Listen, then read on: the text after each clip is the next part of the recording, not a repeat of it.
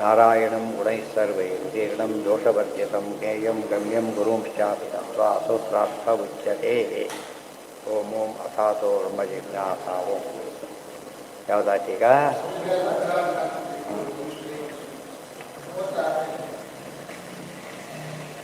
ಅನಭಿಭವಂಚ ದರ್ಶಯತಿ ಎಂದು ಸ್ವರೂಪವನ್ನು ಬದಲಾಯಿಸಲು ಸಾಧ್ಯ ಇಲ್ಲ. ದೈವಿ ಸಂಪತ್ತಿನವರು ಆಸುರಿ ಸಂಪತ್ತಿನವರು ಇರೋದರಿಂದ ಇವತ್ತು ಯಾವ ಕಾಲಕ್ಕೂ ಕೂಡ ನೆನಪಿಟ್ಕೊಂಡಿರ್ಬೇಕು.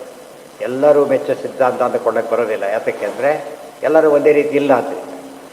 ಲೋಕದಲ್ಲೇ ಸುಮ್ಮನೆ ದೇವ್ರ ವಿಷಯ ಎಲ್ಲ ಬಿಟ್ಬಿಡಿ, ಒಂದು ಪದಾರ್ಥ ಭಾರಿ ಇಷ್ಟ, ಇನ್ನೊಬ್ಬರಿಂದ ಕಂಡ್ರಾಗೋದಿಲ್ಲ. ಲೋಕದಲ್ಲೇ ಅವಾಗ ಕೇಳಿದ್ರೆ ಐ ಡೋಂಟ್ ಲೈಕ್ ಅಂದ್ಬಿಡ್ತಾರೆ ಅಷ್ಟೇ. ಅದು ಸರಿ, ಅದು ನಿಮಗೆ ಸಿಕ್ಕಾಪಟ್ಟೆ ರುಚಿ, ಸದ್ಯ ಬೇಡ ಅಂತ ನಾವು ಯಾಕೆ ಹೋಗ್ಬೋದು ಅಂತ ಯೋಚನೆ ಮಾಡ್ತಾರೆ. ಆದರೆ ಇದು ಎಷ್ಟು ಇಲ್ಲಿ ಬೇಡದಲ್ಲ, ಅವ್ರು ಬೇಡ ನಾನು ಬೇಡ ಅಂತ ಹೇಳಕ್ಕೆ ಹೋಗೋದಿಲ್ಲ. ನಿಮ್ಗೆ ಗೊತ್ತಿಲ್ಲ ಬಿಡ, ಬೆಳೆದ ಹಣೆ ಬಾರ ಹೋಗೋದು ಬಿಡ್ತಾರೆ ಹೊರತು ಅವನು ಬೇಡ ಅಂತ ನಾವು ಬೇಡಕ್ಕನ್ನಕ್ಕೆ ಹೋಗೋದಿಲ್ಲ. ಆ ಥರನೇ ಎಲ್ಲ ಮಧ್ಯರು ಒಂದೇ ರೀತಿ ಇದ್ದಿದ್ದರೆ ಎಲ್ಲರೂ ಒಪ್ಪ ಸಿದ್ಧಾಂತ ಅಂತ ಕೊಡ್ಬೋದಾಗಿದೆ, ಕೊಡೋಕ್ಕೆ ಸಾಧ್ಯ ಇಲ್ಲ.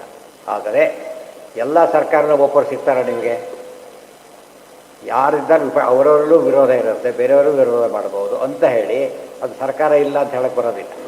ಅದೇ ರೀತಿಯೇ ಜನಗಳ ಮಾತನ್ನು ಭಿನ್ನಾಭಿಪ್ರಾಯ ಇದೆ ಅಂಥೇಳಿ ತತ್ವವನ್ನು ಬದಲಿಸೋಕ್ಕಾಗೋದಿಲ್ಲ. ತತ್ವನೇ ಅಂತರಾಪಿ ತದ್ದೃಷ್ಟೇ ಓಂ ಸಮ್ಯಕ್ ಜ್ಞಾನ ವಿಪರೀತ ಜ್ಞಾನಯೋರಂತರ ಸ್ಥಿತಾನಾಭವಿ ದೇವಾಸುರ ಭಾವಯೋ ದಾಢ್ಯ ದೃಷ್ಟೇ. ಜೊತೆಗೆ ಎರಡು ಗುಂಪಿದೆ. ದೈವಿ ಭಗವದ್ಗೀತೆ 16ನೇ ಅಧ್ಯಾಯದಲ್ಲಿ ಬಂದಿರೋದೇನಂತ, ಲೋಭೂತ ಸರ್ಗವು ಲೋಕೇಸ್ಮಿನ್. ಗೊತ್ತಾಯ್ತಾ? ಎರಡು ವಿಧವಾದ ಸ್ವಭಾವದ ಜನ ಇದ್ದಾರೆ ಅಂತ ಹೇಳಿ. ಮೂರನೇದು ಹೇಳಲಿಲ್ಲ, ಮೂರನೇದು ಹೇಳ್ತಾರೆ. ಏನದು? ಅಂತರಾಪಿ, in between also there is one class. ಏನದು? ರಾಜಸ ಮಧ್ಯೆ ಇದ್ದಾರೆ. ಅದಕ್ಕೆ ಹೇಳ್ತಾ ಈಗ ಸಮ್ಯಜ್ಞಾನ ವಿಪರೀತ ಜ್ಞಾನಯೋರ್ ಅಂತರ ಸ್ಥಿತಶ್ಯಾಪಿ. ಇನ್ ಬಿಟ್ವೀನ್ ರಾಜಸ ಜೀವ ಅವರು. ದೇವಾಸುರ ಭಾವಯೋ ದಾಢ್ಯ ದೃಷ್ಟಿ. ಅವರಲ್ಲಿ ದೇವಾಸುರ ಭಾವ ಅಂದರೆ ಮಿಕ್ಸೆಡ್ ನೇಚರ್ ಅವರು, ಅದೇ ಮಿಶ್ರ ಫಲ ಸಿಗುತ್ತೆ. ಅದು ಭಗವದ್ಗೀತೆಯಲ್ಲಿ ಹೇಳಿಲ್ಲ ಅಂತಲ್ಲ, ಈಗ ಹೇಳಿದ್ದಾರೆ, ಸೇರಿಸ್ಕೋಬೇಕು. ಓಂ ಅಪಿಸ್ಮರ್ಯತೆ ಓಂ ಅಸುರ ಆಸುರೇಣೈವ ಸ್ವಭಾವೇನ ಚ ಕರ್ಮಣ. ಹಿಂದೇನು ಹೇಳಿ ಶ್ರುತಿ ಕೊಟ್ಟು ಹೇಳಿದರು, ಸ್ವಭಾವದಲ್ಲೇ ಇರುತ್ತೆ ದೈವಿ ಸಂಪತ್ತು, ಆಸುರಿ ಸಂಪತ್ತು ಅಂತೇಳಿ ಬದಲಾಗೋದಿಲ್ಲ ಅಂತ ವೇದವಾಕ್ಯ ಹೇಳಿದರು. ಈಗ ಅಪಿಸ್ಮರ್ಯತೆ ಸ್ಮೃತಿಗಳಲ್ಲೂ ಬಂದಿದೆ ಅಂತ ಕೋಟ್ ಮಾಡ್ತಾರೆ. ಏನಂತ? ಅಸುರ ಆಸುರೇಣೈವ ಸ್ವಭಾವೇನ ಕರ್ಮಣ. ಅಸುರ ಸ್ವಭಾವನೆ ಆಗಿರುತ್ತೆ, ಅಸುರರ ಕಾರ್ಯಗಳನ್ನೇ ಮಾಡ್ತಾರೆ. ಅಸುರ ಮೆತ್ತ ಕೆಲಸಗಳನ್ನೇ ಮಾಡ್ತಾರೆ. ಜ್ಞಾನೇನ ವಿಪರೀತೇನ ತಮೋಯಾಂತಿ ವಿನಿಶ್ಚಯ. ಅದರಿಂದ ಎಲ್ಲಿಗೆ ಹೋಗ್ತಾರೆ ಕೊನೆಗೆ ಅವರು? ಸಮಸ್ಯೆ. ಅಲ್ಲಿ ಹುಷಾರಾಗಿರಬೇಕು. ಈ ಮಾತನ್ನು ಅಪಾರ್ಥ ಮಾಡ್ಕೊಂಡ್ಬಿಡ್ತಾರೆ. ಒಂದು ಸರ್ತಿ ತಪ್ಪು ಮಾಡಿದ ಮಾತ್ರಕ್ಕೆ ಅವನು ಅಸುರ ಅಂತ ಹೇಳಬಾರ್ದು. ಗೊತ್ತಾಯ್ತಾ? ರಿಪೀಟೆಡ್ಲಿ ಮಾಡ್ತಾರೆ ಜೀವನ ಪೂರ್ತಿ. ಕೊನೆಗೆ ಟೆಸ್ಟ್ ಅದು. ಅಂತ್ಯಕಾಲ ಮಾಡೋದಿಲ್ಲ, ಅಂತ್ಯಕಾಲ ಟೆಸ್ಟ್ ಅದು. ದುರ್ಯೋಧನ ಅಂತ್ಯಕಾಲಕ್ಕೆ ಏನಾದ? ಬದಲಾಗಲೇ ಇಲ್ಲ. ಆದರೆ ವಾಲಿ ಬದಲಾಗಿಬಿಟ್ಟ, ಅಜಾಮಿಳ ಬದಲಾಗಿಬಿಟ್ಟ. ಸೊ ಅವರಂತೆ ಅವ್ರ ಸ್ವರೂಪ ಅದಲ್ಲ, ಒಳ್ಳೆಯದು ಅಂತ. ಏನು ದೇವ ಸ್ವಭಾವ, ದೈವಿ ಸಂಪತ್ತಿನವರು. ಹೇ ದೇವಸ್ವಭಾವೇನ ಕರ್ಮಣ ಚಾಪ್ಯ ಸಂಶಯಂ. ದೇವತೆಗಳು ದೇವಸ್ವಭಾವದವರು ಅಂಥೇಳಿ ಬೋರ್ಡ್ ಹಾಕ್ಕೊಂಡು ಬರೋದಿಲ್ಲ. ಸೂರ್ಯನ ಬೆಳಕು ನಮಗೆ, ಸೂರ್ಯನ ನೋಡಿದ ತಕ್ಷಣ ಆ ಬೆಳಕು ಹೇಳುತ್ತೆ ಸೂರ್ಯ ಅಂತೇಳಿ. ಅದೇ ರೀತಿಯೇ ದೈವಿ ಸಂಪತ್ತಿನ ಜನ ಅವ್ನ ನಡವಳಿಕೆನೇ ಹೇಳ್ಬಿಡೋದು. ಒಳ್ಳೆ ದೈವ ಸ್ವಭಾವ, ನೋಬಲ್ ಪರ್ಸನಾಲಿಟಿ ಅಂತ ಹೇಳ್ತಾರಲ್ಲ, ಮಾತುಕತೆ ಎಲ್ಲದೆಲ್ಲ ಅರ್ಥ ಮಾಡ್ಕೊಂಡ್ಬಿಡ್ತಾರೆ. ಆಗ ಸಮ್ಯಜ್ಞಾನೇನ ಪರಮಾಂ ಗತಿಂ ಗಚ್ಚಂತಿ ವೈಷ್ಣವಿ. ಸಮ್ಯಜ್ಞಾನದಲ್ಲಿ ದೀಕ್ಷೆ ಇದ್ದರೆ ಅದು ಸದ್ಗತಿಗೆ ಕಾರಣ. ಮಿಥ್ಯಾಜ್ಞಾನ ದೀಕ್ಷೆ ಇದ್ದರೆ ತಪಸ್ಸಿಗೆ ಕಾರಣ. ನೀವು ಅರ್ಥ ಮಾಡ್ಕೋಬೇಕು. ಜ್ಞಾನದಲ್ಲಿ ಹೇಗೆ ದೀಕ್ಷೆ ಇರುತ್ತೋ ಹಾಗೆ ಮಿಥ್ಯಾಜ್ಞಾನ ದೀಕ್ಷೆ ಇರುತ್ತೋ. ಯಾರು ಹೇಳಿದ್ರು ಕೇಳೋದಿಲ್ಲ, ಹಿಡಿತಿಲ್ಲ. ಮೊದಲು ಬಿಲ್ಡಿಂಗ್ ಮತ್ತೆ ಹೊರಗೆ ಬಿಡೋದಿಲ್ಲ. ಅವ್ರು ಬಂದು ಮತ್ತೆ ಶುರು ಮಾಡ್ತೀನಿ ಅಂತಾರೆ ಹೊರತು ಚೇಂಜ್ ಆಗ್ತಾರೆ ಅನ್ನೋದು. ಇನ್ನೊಬ್ರು ಹಾಗಲ್ಲ, ಏನೋ ಮಾಡಿದ್ದಾರೆ ಎಂದೆಂದು ಇಂಥ ಕೆಲಸ ಮಾಡೋದಿಲ್ಲ ಅಂತ ಅಲ್ಲೇ ಬದಲಾಗಿಬಿಡ್ತಾರೆ. ಜೈಲಿಗೆ ಹೋಗಿ ಬಂದವರೆಲ್ಲ ಒಂದೇ ರೀತಿ ಇರೋದಿಲ್ಲ. ಸರಿ ಸರಿಯಾಗಿ ಅಂತ ಸರಿಯಾಗಿ ಅದು ಸಮ್ಯಕ್ ಗತಿ ಹೋಗಬೇಕಾದ್ರೆ ಸಮ್ಯಕ್ ಜ್ಞಾನನೇ ಬೇಕು. ವೈಷ್ಣವೀಂ ಗತಿ ಅಂದರೆ ದೀಕ್ಷೆ ಬಂದು ಇವರಿಗೂ ಕಾಮನ್. ಇವತ್ತು ಟೆರರಿಸ್ಟ್ಗಳಿಗೆ ಎಷ್ಟು ಹಠ ಇರುತ್ತೆ ನೋಡಿದ್ರೆ, ಅಷ್ಟೆಲ್ಲ ಸತ್ರು ಬಿಡೋದಲ್ಲಿ ಏನು ಮಾಡ್ತಾರೆ ಅವ್ರು? ಮತ್ತೆ ತಯಾರು ಮಾಡ್ತಾರೆ, ಮತ್ತೆ ಕಳಿಸ್ತಾರೆ. ಅವನು ಅಷ್ಟೇ, ಅವನು ಸತ್ತ ಹಾಗೆ ನಾನು ಸಾಯ್ಬೇಕು ಹೊರತು ಬದಲಾಗಬಾರ್ದು, ಈ ಥರ ಬಂದುಬಿಡ್ತಾರೆ. ಅದು ಕೆಟ್ಟದ್ರ ದೀಕ್ಷೆ ಬರುತ್ತೆ. ಟ್ರೈನಿಂಗ್ ಮಾಡ್ತಾರೆ. ಒಳ್ಳೆಯವ್ರು ಹಾಗೇನೆ ಏನು ಮಾಡಿದ್ರು ಬಿಡೋದಿಲ್ಲ. ಪ್ರಹ್ಲಾದನ ದೀಕ್ಷೆ ಏನು ಮಾಡಿದ್ರು ಬದಲಾಗಲಿಲ್ಲ. ಹಿರಣ್ಯಕೇಶ್ವರ ದೀಕ್ಷೆನೂ ಬದಲಾಗಲಿಲ್ಲ. ಆದರೆ ಒಳ್ಳೆಯ ದೀಕ್ಷೆ ಬದಲಾಗಲಿ, ಕೆಟ್ಟ ದೀಕ್ಷೆ ಬದಲಾಗಲಿ.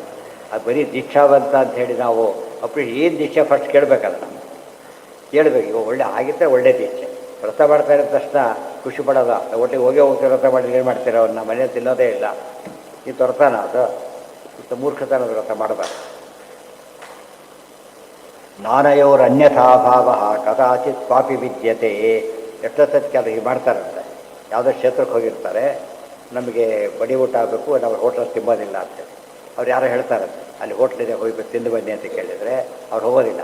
ಅಲ್ಲಿ ಹೋಟ್ಲಿಗೆ ಹೋಗೋರು ಯಾಕೆ ಹೋಗಬಾರ್ದು ಅಂತ ಕೇಳಿದರೆ, ಹೌದಾ ಹೋಟ್ಲಿಗೆ ಹೋಗಾರೆ ನಾವು, ಆದರೆ ಇಂಥ ಕ್ಷೇತ್ರದಲ್ಲಾದರೂ ಹೋಗಬಾರ್ದು ಅಂತಿದ್ದೇವೆ ನಾವು, ಅದಕ್ಕೆ ಹಾಕಿ ಅಂತ ಕೇಳ್ತಾರೆ. ಈಗ ಅವ್ನ ಆರ್ಗ್ಯುಮೆಂಟ್ ಇದೆ ಅವನಿಗೀಗ. ಯಾಕೆ ಬಂದು ಅದು ತಪ್ಪು ಅಂತ ಹೇಳಕ್ಕೆ ಬರಲ್ಲ. ಯಾಕೆ ಆ ಕಾನ್ಸೆಪ್ಟ್ ಆರು ಇದೆಯಲ್ಲ ಅವನಿಗೆ ಫಸ್ಟು, ಅದು ಭಾರಿ ಒಳ್ಳೆಯದು. ಬೀಡಿ ಸೇದೋದು ದೇವಸ್ಥಾನದಲ್ಲಿ ಸೇದಬಾರ್ದು ಜ್ಞಾನ ಇದ್ದರೂ ಕೂಡ ಒಂದು ಸ್ವಲ್ಪ ಅವ್ರಿಗೆ ಏನಿದೆ, ದೇವಸ್ಥಾನ ಅಂದರೆ ನನ್ನಿಷ್ಟ ನಾನು ಸೇರ್ತೀನಿ ಅಂಥವ್ರು ಇರ್ತಾರೆ. ಮತ್ತೆ ಬೇಕಾದ್ರೆ ಆ ದೇವರ ಹೊರಗಿಡಿ ಸ್ವಲ್ಪ ಏನು ಮಾಡೋಕ್ಕಾಗುತ್ತೆ. ಅದು ಅರ್ಥ ಮಾಡಿಕೊಂಡ್ರೆ ಅವ್ರ ಆರ್ಗ್ಯುಮೆಂಟ್ ತಪ್ಪಲ್ಲ. ಮನೇಲಿ ತಿಂತೀವಿ, ಇಲ್ಲಿ ಯಾಕೆ ತಿನ್ಬೇಕು ನಾವೀಗ, ಪಡೀಲೇಬೇಕು ಕೇಳ್ಬೋದು, ಏನು ತಪ್ಪಲ್ಲ. ಅಂದರೆ ಅವನೊಂದು ಸೆನ್ಸ್ ಇದೆ. ಅದನ್ನು ನಾವು ಏನು ಮಾಡಬಾರ್ದು, ಈಗ ದಿನ ಹೋಗಯ್ಯ ಅಂತ ಅನ್ನಬಾರ್ದು. ಓ ಇಷ್ಟಿದೆ, ಅವನ್ನ ಇಷ್ಟಾರು ಉಳಿಸೋಣ ನಾವು ಅಂತ ಯೋಚನೆ ಮಾಡ್ಕೊಂಡು ಮುಂದೆ ಬೆಳೆಯುತ್ತೆ ಒಂದಲ್ಲ ಒಂದು ಕಾಲಕ್ಕೆ. ಅದು ಮುಂದೆ ಬಂದರೆ ಖುಷಿ ಪಡ್ತಾನಲ್ಲ. ಆಮೇಲೆ ಸಭ್ಯಜ್ಞಾನೇನ ಪರಮಾಂ ಗತಿಂ ಗಚ್ಚಂತಿ ವೈಷ್ಣವಿ ನಾನಯೋರ್ ಅನ್ಯಥಾ ಭಾವ ಕದಾಚಿತ್ ಪಾಪಿ ವಿದ್ಯತೆ ಅಂಥೇಳಿ ಇವೆಲ್ಲ ಕೂಡ ತಾತ್ಪರ್ಯದಲ್ಲಿ ಹೇಳಿದ್ದಾರೆ. ಇದಕ್ಕೆಲ್ಲ ಪ್ರೂಫ್ ಇದೆ, ಬೇಕಾಷ್ಟಿದೆ ಅಂತ. ಓಂ ವಿಶೇಷಾನುಗ್ರಹಂಚ ಓಂ ಮಾನುಷ ಮಿಶ್ರಮತಯೋ ಮಿಶ್ರಗತಯೋಪಿ ಚ ಇತಿ ಸ್ಕಾಂತೆ. ಇನ್ ಬಿಟ್ವೀನ್ ಇದ್ದಾರೆ ಅವರು ಮಿಶ್ರಗತಿಗಳು. ಜ್ಞಾನನೂ ಮಿಶ್ರ, ಗತಿನೂ ಮಿಶ್ರ ಅಂದರೆ ಅವ್ರಿಗೆ ಸುಖ ದುಃಖ ಮಿಶ್ರವಾದ ನಿತ್ಯ ಸಂಸಾರ ಸಿಗುತ್ತೆ ಹೊರತು ಅವ್ರ ಮುಕ್ತಿನೂ ಸಿಗೋದಿಲ್ಲ, ತಮಸ್ಸು ಆಗೋದಿಲ್ಲ. ಶೃಣ್ಮೇ ವೀರ ಉಗ್ರಂ ದಮಾಯನ್ನನ್ಯಮನ್ಯಮ್ಮತಿ ನೇನೀಯಮಾನಃ ಏತಮಾನದ್ಯಳುಭಯಸ್ಯ ರಾಜ ಚೋಷ್ಕೂಯತೆ ವಿಷ ಇಂದ್ರೋ ಮನುಷ್ಯಾನ್ ಇತಿ ವಿಶೇಷಾನುಗ್ರಹಂಚ ದರ್ಶಯತಿ ದೇವೇಶು ಪರಮೇಶ್ವರಸ್ಯ.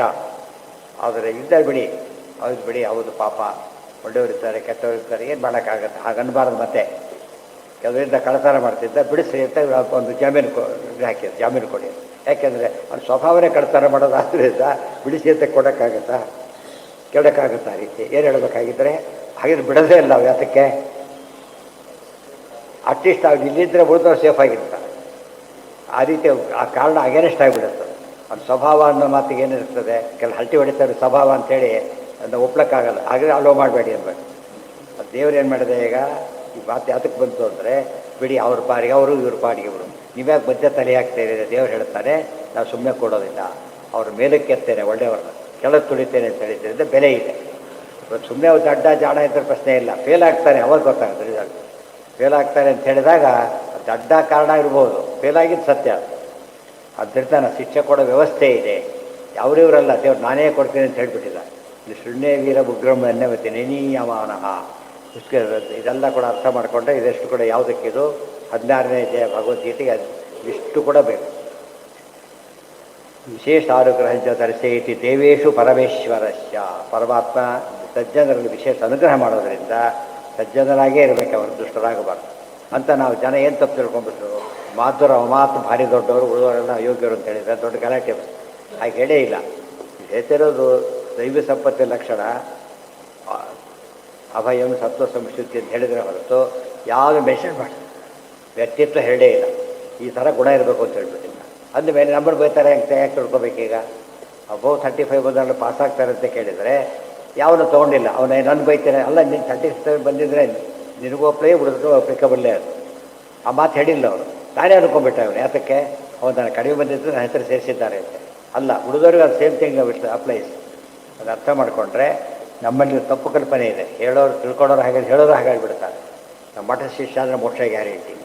ಇವನು ಖುಷಿಯಾಗಿಬಿಡ್ತದೆ, ಬಿಡಿ ಏನು ಬೇಕಾದ್ರೆ ಮಾಡೋದು, ಹಾಗೆ ಹೇಳ್ಬಾರ್ದು. ನೋಡ ನೋ ಗ್ಯಾರಂಟಿ ಆಗಿದ್ದಿ ನಮ್ಮ ಮಠ ನೋಡ್ಕೊತೀವಿ ಅಷ್ಟೇ ಹೊರತು ಅದಕ್ಕೆಲ್ಲ ಗ್ಯಾರಂಟಿ, ನಮಗೆ ಗ್ಯಾರಂಟಿ ಇಲ್ಲ, ನಿಮ್ಗೆ ಕೊಡೋದು ಅಂತೇಳಿ. ಅರ್ಥ ಆಗುತ್ತೆ, ಗೊತ್ತಾಯ್ತಾ? ಅದೆಲ್ಲ ಕಲಿಸ್ಬೇಕು ನಾವು. ಆಮೇಲೆ ಮೇಷ್ಟ್ರು ನೋಡ, ಎಷ್ಟೇ ನೀನು ನನ್ನ ಮಾಡಿದ್ರು ಕೂಡ ಬರೀಬೇಕಾದವ್ ನೀನೇ, ಗೊತ್ತಾಯ್ತಾ? ಹೇಳ್ಕೊಡ್ಬೇಕು. ನಾನೇ ಅಷ್ಟು ಅಲ್ಲಿ ಬಂದು ಬರೀಲಿಕ್ಕೆ ಸಾಧ್ಯ ಇಲ್ಲ, ಗೊತ್ತಲ್ಲ. ಈ ಎಚ್ಚರ ಕೊಡಬೇಕು. ಏನೇ ಆಗಿಲ್ಲ, ನಿಮ್ಮ ಸಾಧನೆ ನೀವೇ ಮಾಡ್ಕೋಬೇಕು ಹೊರತು ನಿಮ್ಮ ಜವಾಬ್ದಾರಿ ನಾವು ತೊಗೊಳೋದಿಲ್ಲ. ನಮ್ಮ ಪ್ರಕಾರ ಮಾಡಿ. ನಿಮ್ಮ ಏಕಾಶಿ ಪಾಪ ಒಂದು ನೀವು ಅಷ್ಟು ಪಾಪ ತೊಗೊಳಕ್ಕಾಗತ್ತಾ ನಿಮ್ಮ ಕೈಗೆ? ಫಸ್ಟ್ ಯೋಚನೆ ಮಾಡಿ. ಅವ್ನು ಲೋನ್ ನಾನು ಕೊಡ್ತೀನಿ ಅಂತ 10 ರೂಪಾಯಿ 20 ರೂಪಾಯಿ ಎಲ್ಲ ಕೋಟ್ಯಂತರ ತಿರುಗ್ತೀರಾ ನೀವು? ಹಾಗಿದ್ರೆ ಅದು ಏಕಾಶಿ ಒಬ್ಬ ಸಣ್ಣ ಪಾಪನ ಅಲ್ಲ. ಸರಿಯೇ ಮಾಡಬೇಕು ಅಂತ ಹೇಳಬೇಕು, ಬೇರೆ ಮಾಡಬಾರ್ದು. ಅದೆಲ್ಲ ತುಂಬ ವಿಷಯಗಳಿದೆ ಅಂತ. ಏನು ಮಾಡೋಕ್ಕೆ ಬರೋದಿಲ್ಲ ಅಂದರೆ ಯಾರೋ ಯಾವುದನ್ನು ಹೊತ್ತೊಳಗೆ ಬರೋದಿಲ್ಲ. ಅವರವ್ರು ಮಾಡಿದ ಕರ್ಮ ಅವರವರು ಅನುಸರಿಸ್ಬೇಕಾದ್ದರಿಂದ ಆ ಗೈಡೆನ್ಸ್ ಕೊಡಬೇಕೆ ಹೊರತು ಭಾರ ಹೊತ್ಕೊಳ್ಳೋ ಪ್ರಶ್ನೆ ಬರೋದು ಸಾಧ್ಯನೇ. ಆ ಪ್ರಶ್ನೆ ಯಾರು ಹೇಳ್ಬೋದು? ಸ್ವರೂಪ ಗೊತ್ತಿದ್ದವ್ರು ಹೇಳಬೇಕು. ಸ್ವರೂಪ ಯಾರಿಗೆ ಗೊತ್ತಿದೆ? ಯಾರು ಸ್ವರೂಪ ಗೊತ್ತಿದೆ ಈಗ ಗೊತ್ತಾಯ್ತಾ? ಅರ್ಜುನ ಅಷ್ಟೇ ನನಗೆ ಗೊತ್ತಿದೆ ಕೃಷ್ಣ, ಅರ್ಜುನ ನೀನು ದೇವ ಸ್ವಭಾವದವನು. ಆ ರೀತಿ ಕೃಷ್ಣ ಹೇಳಿದರೆ ಅರ್ಜುನಿಗೆ ಖುಷಿಯಾಗಿ. ಅರ್ಜುನಿಗೆ ಗೊತ್ತಿಲ್ಲ ಆ ವಿಷಯ, ಕೃಷ್ಣ ಹೇಳ್ತಾನೆ. ಅಂದರೆ ದೊಡ್ಡ ವಿಷಯದ ಬಗ್ಗೆ ಲೈಟಾಗಿ ಮಾತಾಡೋಕ್ಕೆ ಬರೋದಿಲ್ಲ. ಅವಾಯ್ಡಿಂಗ್ ಟ್ಯಾಕ್ಟಿಕ್ಸ್ ಆಗುತ್ತೆ ಹೊರತದು ಅದೆಲ್ಲ ರೆಮಿಡಿ ಅಲ್ಲ. ಅದೆಲ್ಲ ಕೂಡ ಅಸುರಾನ್ ದಮಯನ್ ವಿಷ್ಣು ಸ್ವಪದಂಚ ಸುರಾನ್ ನಯನ್ ಪುನಃ ಪುನರ್ಮಾನುಷಾಂಸ್ತು ಶ್ರುತೌ ಅವರ್ತೇತ್ಯಸೌ ಇದು ಭವಿಷ್ಯತ್ ಪರ್ವಣಿ. ಆಚಾರ್ಯ ಶ್ಲೋಕದಿಂದ ನಾನು ನಿರ್ಣಯದಲ್ಲಿ ಕೋಟ್ ಮಾಡಿದ್ದಾರೆ, ಬೇರೆದನ್ನು ಕೆಳಗಿಂದ ಕೋಟ್ ಮಾಡಿಲ್ಲ. ಕೆಳಗಿನ ಶ್ಲೋಕ ಅದಕ್ಕೆ ಅರ್ಥ ಆ್ಯಕ್ಚುಲಿ ಇದು ಶ್ರುತಿ, ಅದು ಸ್ಮೃತಿ. ಅದು ಇನ್ನೇ ಆ ವಾಕ್ಯಲ್ಲಿ ಕೋಟ್ ಮಾಡ್ಕೊಂಬಿಟ್ರೆ ಅದು ಆ ಥರ ಅರ್ಥ ಬಂದೋಗ್ಬಿಡುತ್ತೆ. ಇದು ಆಚಾರ್ಯ ರೈಟಿಂಗ್ ಸ್ಟೈಲೇ ಬೇರೆ, ಅವರು ಟೋಟಲಿ ಡಿಫರೆಂಟ್ ಅವರು. ಆಯಿತಾ? ಹುಡುಕ್ಬೇಕು ಅವರು, ಹುಡುಕಿದಷ್ಟು ಕೂಡ ಅಮೂಲ್ಯವಾದ ಪದಾರ್ಥ ಸಿಗ್ತಾನೆ ಇರೋದು. ಮತಸ್ತು ಇತರಜ್ಜಾಯೋ ಲಿಂಗಾಚ್ಚ. ಮುಂದಿನ ಪ್ರಶ್ನೆ ಇನ್ನೊಂದು ವಿಶೇಷಾಂಶ ಇದೆ ಅಂತ ನಾಳೆ.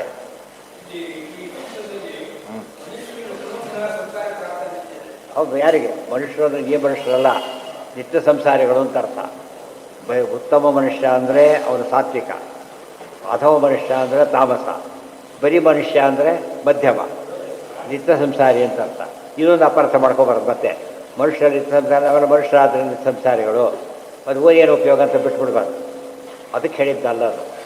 ಮನುಷ್ಯರು ಅಂದರೆ ಸ್ವರೂಪದ ಮನುಷ್ಯರು, ಫಿಸಿಕಲ್ ಹೇಳಿಲ್ಲ ಅದನ್ನು. ಉತ್ತಮ ಜೀವಿಗಳು ಅಂತ, ಉತ್ತಮ ಚೇತನ ಅಂತಾರಲ್ಲ ಹಾಗೆ. ಮನುಷ್ಯ ರೂಪಕ್ಕೂ ಅದಕ್ಕೆ ಸಂಬಂಧನೇ ಇಲ್ಲ. ಹಾಗೆ ದೇವರು ಮನುಷ್ಯ ಅಂತ ತಿಳ್ಕೊಂಬಿಟ್ರಲ್ಲ, ಹಾಗಾಗುತ್ತೆ. ಮನುಷ್ಯೋತ್ತಮರು ಅನ್ನಬೇಕು. ಉತ್ತಮ ಮನುಷ್ಯರು ಅಂದರೆ ಮನುಷ್ಯೋತ್ತಮರು ಅಂದ್ರೆ ಒಂದೇ, ಮನುಷ್ಯಾಧಮ